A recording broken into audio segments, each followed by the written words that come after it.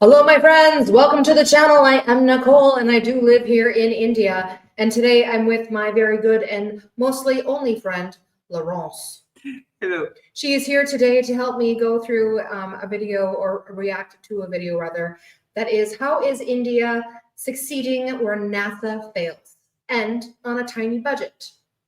Some would call it shoestring. And this is put out by the Angry Astronaut. This is the first video that we've ever watched from him. I thought it looked interesting. You know, India, the ISRO is doing quite a bit in the recent, I don't know, the last year. We've had the lunar landing, we've had SpaceX and the docking, the successful docking. So let's go ahead and see what the Angry Astronaut has to say about why India is succeeding where NASA is failing. Shall we? Yes, I like the approach to it. Let's see if you like it? As promising as the title says. Yeah. If you haven't already, please give me your like. Please give me your subscribe. And let's go.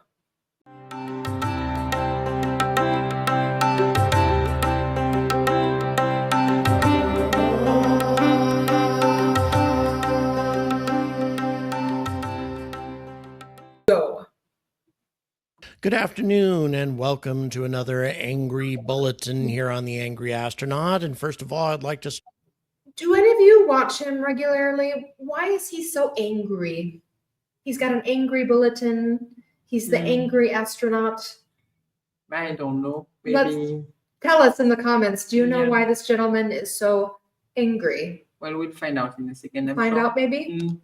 Start off by thanking everybody for deciding to join me to talk about Indian spaceflight as opposed to staying razor focused on the U.S. elections, which frankly I'm going to do my best to ignore today and tomorrow until hopefully all of this is resolved and we can put it behind us and move on with whatever leader the United States ends up with. So now that all of that has been said, let's talk about India. Because regardless of who the new president is, they're going to have to deal, hopefully, with NASA's current situation and the problems that NASA faces, especially when it comes to competing with the rest of the world.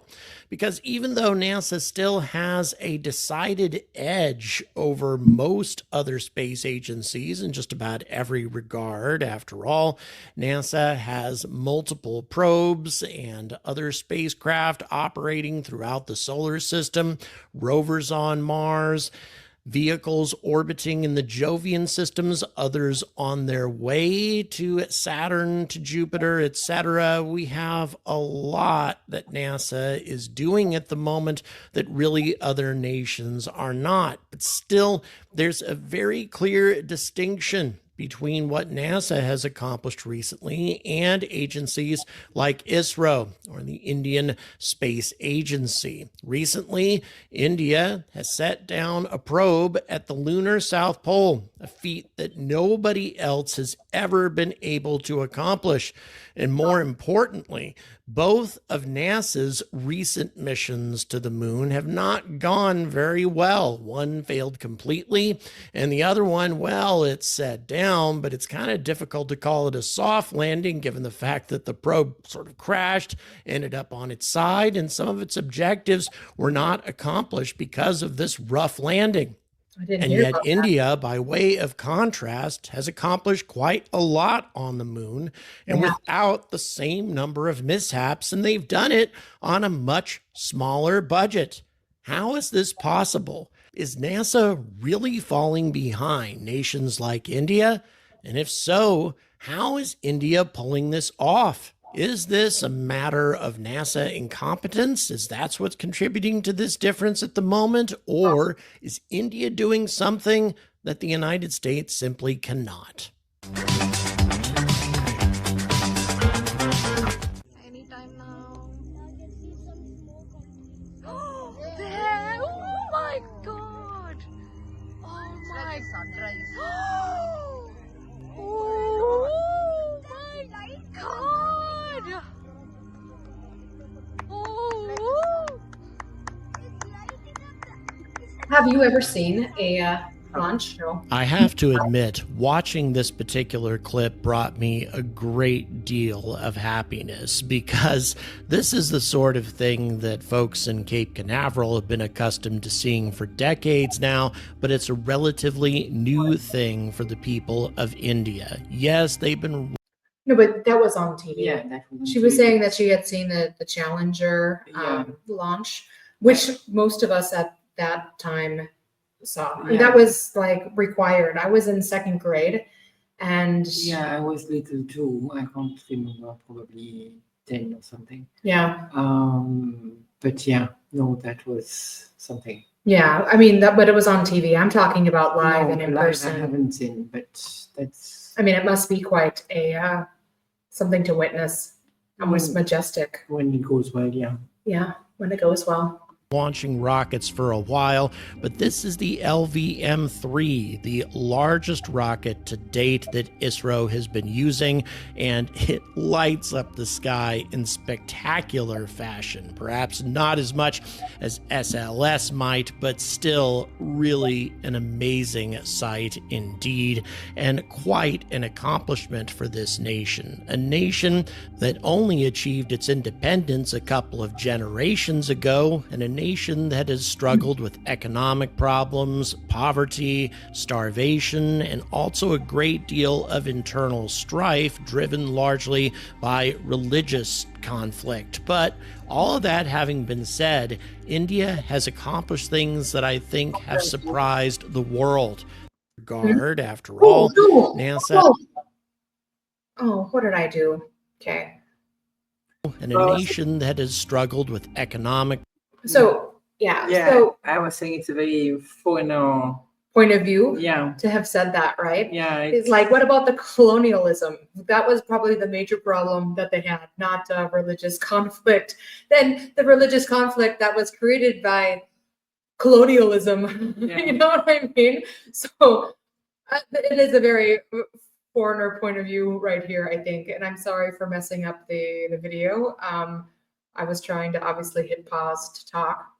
Sometimes that happens. We'll have a couple seconds Yeah, here to let's not recap. hold this against him and listen to what he has to say, but Okay, yeah. yeah. Problems, poverty, starvation, and also a great deal of internal strife driven largely by religious conflict. But all of that having been said, India has accomplished things that I think have surprised the world, surprised everybody, perhaps, except for the Indians themselves. ISRO has proven to be an amazingly successful organization that has attracted clients from all over the planet, including prominent customers like OneWeb.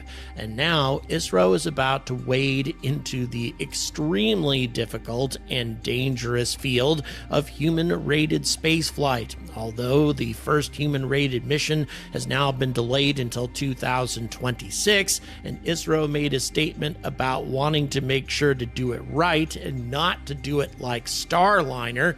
That was a bit of an embarrassing dig, but not an inaccurate one. And here's the most impressive distinction between ISRO and NASA. The recent allocation of funds that the Indian government gave to the Indian Space Agency was approximately $2.7 billion. That's roughly 10% of NASA's budget. And yet look at everything that they've been accomplishing. And to further put this into perspective, France has a space budget of over 3 billion euros. That's approximately $3.3 billion. And the European Space Agency, they have a budget of 7.79 billion euros, or well over $8 billion. And yet Europe has only recently started to talk about manned space flight, and it's almost certainly not going to happen until the early 2030s. Once again, how is India pulling this off? Because what this money is going to be funding, this $2.7 billion, is their next phase of lunar exploration, an orbiter mission to Venus, the construction of the country's maiden space station, and the development of a reusable heavy lift rocket for satellite launches on top of their manned space program, which is known as the Gaganyaan program, which isn't quite as ambitious ambitious as some of the things that the United States does. Only 3 astronauts to low Earth orbit in a relatively small capsule. It's about the same as what the Russians have been doing for decades, but still a huge accomplishment with that kind of funding. By the way, that's the most funding that India has ever received. But India's accomplishments with this budget have been nothing short of extraordinary. Did you know, for example, that India has done something that Elon Musk has not? They've been to Mars. As a matter of fact, they got there 10 years ago with the Mangalyaan mission, which, by the way, cost approximately $54 million, substantially less than the Hollywood motion picture Gravity. So let's put this into perspective.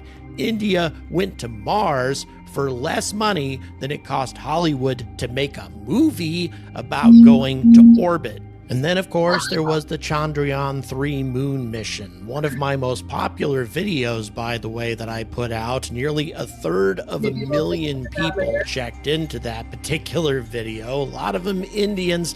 This mission required only $75 million worth of spending. That still is less money than was spent on the movie Gravity. And by way of comparison, NASA's Maven Mars orbiter cost $582 million. And even Russia's Luna 25, which crashed 2 days before Chandrayaan-3 successfully landed on the moon, that cost the Russians $133 million. And then both the Astrobotic missions and the Intuitive Machine mission that went to the moon, neither of which was nearly as successful as Chandrayaan-3, both of those cost north of $100 million. India's economical achievements are rooted in a philosophy dating back to the 1960s, when Vikram Sarabhai, I think that's how it's pronounced, the visionary behind ISRO, convinced the government that a space program could serve the needs of a young, resource-strapped India. His vision laid the groundwork for a program that would do more with less, a principle that has fueled ISRO's growth ever since. They have a lean approach based on ingenuity. Retired civil servant Sisro Kumar Das, who managed ISRO's finances for over 20 years, traces ISRO's lean ethos back to its inception. Quote, in the 1960s, scientists worked with bicycles and bullock carts to transport rockets, he told the BBC. Sarabhai had to convince the government that a space program was not just a sophisticated luxury that had no place in a poor country like India. He explained that satellites could help India serve its citizens better. Now, Das also attributes ISRO's low cost to its reliance on indigenously developed technology, a strategy that emerged after international sanctions following India's first nuclear test in 1974. By the way, this is another reason that India has such a close relationship with Russia, because the Soviet Union did not impose sanctions against India when all of this was happening in the 1970s, and established a much closer relationship as far as military development was concerned, whereas the West supported Pakistan. I leave all of you to decide whether or not that was a good strategy. Anyway, this embargo spurred Indian scientists to create homegrown technology, avoiding the high cost of imports. Quote, it was a blessing in disguise. Our scientists developed everything locally, which kept costs low and innovation high. Now, in addition to relying on domestic manufacturing, ISRO employs other cost-saving measures. For example, unlike NASA, which contracts private companies for satellite manufacturing and takes out mission insurance, ISRO performs most operations in-house and skips insurance. Furthermore, ISRO avoids the costly practice of building engineering models for pre-launch tests, opting instead to fly with a single version, accepting the risks involved as part of the government-backed program. Does that sound kind of familiar? Yeah, it's kind of similar to how SpaceX develops things. Quote, ISRO's budget constraints often force us to innovate, says Milaswamy Annadurai, and I'm sure I mispronounced that, I apologize, who led India's Moon and Mars missions.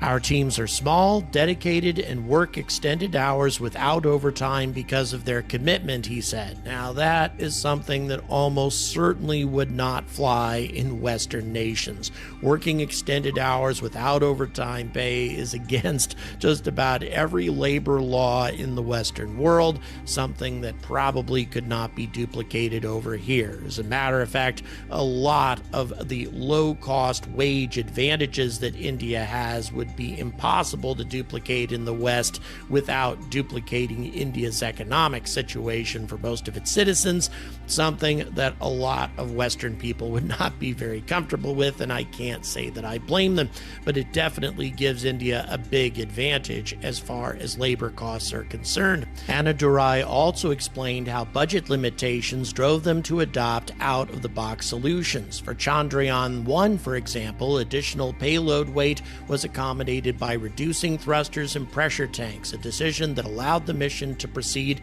without exceeding its budget. And the Mangalyaan mission was similarly cost-effective because it repurposed existing hardware from the Chandrayaan-2 mission. And then ISRO's efficiency has also delivered cost savings. Its small rockets necessitate creative solutions to reach distant destinations. Chandrayaan-3, for example, relied on Earth's gravity to slingshot it towards the moon, extending travel time but conserving fuel and resources. Russia's Luna 25, by contrast, used a powerful Soyuz rocket to achieve a quicker lunar journey. And by the way, the Intuitive Machines mission did the same thing, utilizing a Falcon Heavy to drive it rapidly towards the moon for a quick rendezvous, as opposed to how Chandrayaan-3 did it. Quote, "We used Mother Earth's gravity to nudge us towards the moon," says science writer Pallava Bagla. "It took weeks of meticulous planning, but ISRO has mastered this technique." But India's not going to be able to use these techniques forever. A manned lunar mission by 2040, by the way, which is one of their biggest ambitions, that can't use these types of techniques in order to get human beings to the moon. Instead, you need big rockets and a direct trajectory, something that India hasn't really done yet, and something that's definitely going to require more money. And India has approved work on what's called the Next Generation Launch Vehicle, expected by 2032, which will carry much heavier payloads, but will definitely have higher costs. And with India opening the space sector to private companies, the program may soon face rising costs just like in the United States. But still, it seems that ISRO's legacy of ingenuity, forged in a culture of limited resources, has become a source of national pride, and I don't see that changing. And I foresee that ISRO's philosophy is going to continue to give them a clear advantage, doing a lot more for a lot less in the years to come, even as they put human beings in orbit, followed by a space station, followed by their own astronauts on the moon. And incidentally, in my opinion, one other thing that's going to give India a clear advantage is their ongoing collaboration with both Russia and the United States at the same time.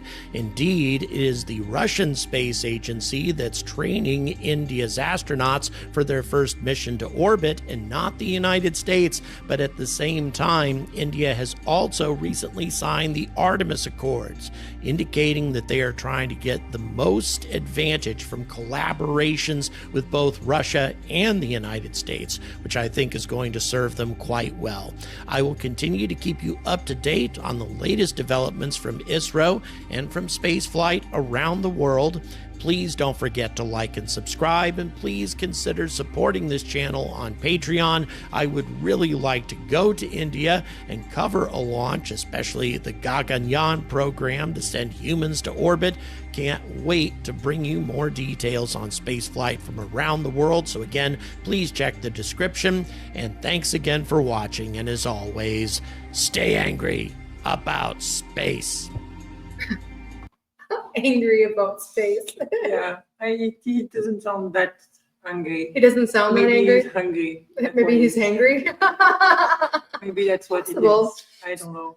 So a very interesting video, not as angry as we thought it was going to be, but definitely very insightful in regards to, the money spent and what ISRO is doing in regards in comparison with NASA and even to an extent with Russia. I've said it in other videos as well. ISRO is an amazing organization with fabulous scientists and engineers that are really dedicated to their mission, which is to, conquer space for India. And I think that's fabulous. There is this perception in the Western media. He touched on it a little bit in the earlier part of the video where he said that, that where India came from in regards to being, just a very young country and, they don't have a lot of money, the economic issues that it's been going through. And then there's that Western media that question, like, why is India doing this? Why can't they spend their money helping their people? Well, ISRO helps India. They help with determining weather patterns and warning people to vacate their, that area where, typhoons and other major storms come in, and they help with crop rotation and things like agriculturally. They are doing a lot, and they're also making money just putting up satellites for other organizations in other countries. This is a profitable business. They are actually, making money and making it work. And I think that it is just it's just so good that the country has this opportunity to go to space and it's giving so many jobs to, it's giving to jobs. people. Yes. I also really liked how we highlighted mindset and the fact that that's probably what's playing in the favor of India. In India, Is yeah. that okay? We have this much money. What can we do? What with can it? we do? While Yeah. NASA is more approaching it like, oh, we want to do this. We need this much money. Yeah. And And that's very is- true. That is definitely in the long term. They're going to. I mean, if because you have this much money, you start thinking out of the box. You create new things. That's where technology improve. While if you just say, "Oh, I need this and that, and to have this and that, I need that much money." Yeah, you're not going to see a lot of Yeah, you're innovative. never going to create something new. Totally. And I think, India has demonstrated that they are innovative, that they are willing to, try not- new things and do And not different and just do new it things, differently. it works for everything. When you look at all the startups in India, you can see how there is That mindset. breaking that mindset and just doing with whatever money I have. Yeah. Some of them do it with no money, no product, and still makes million out of that. Yeah, That's exactly. amazing. It is amazing. So fabulous. ISRO is wonderful. It's just a tribute to India. And I think it would be great if he could come to India. The angry astronaut is always welcome to come and meet Nicole in India. And the friend, My don't mind one having a chat friend. with him. Why is so Why angry? are you so angry, astronaut? Yeah. Stay angry. All right, people, that's our reaction. If you like it, give that like, give that subscribe. If you want to see the original channel, I'll put that in the description. The Angry Astronaut. Maybe we'll go back and look at his other major Video. The that one I which has mentioned. so many views. Yeah, the lunar landing. That would probably be a good one to watch. As always, we love you and bye-bye. Bye. Mwah.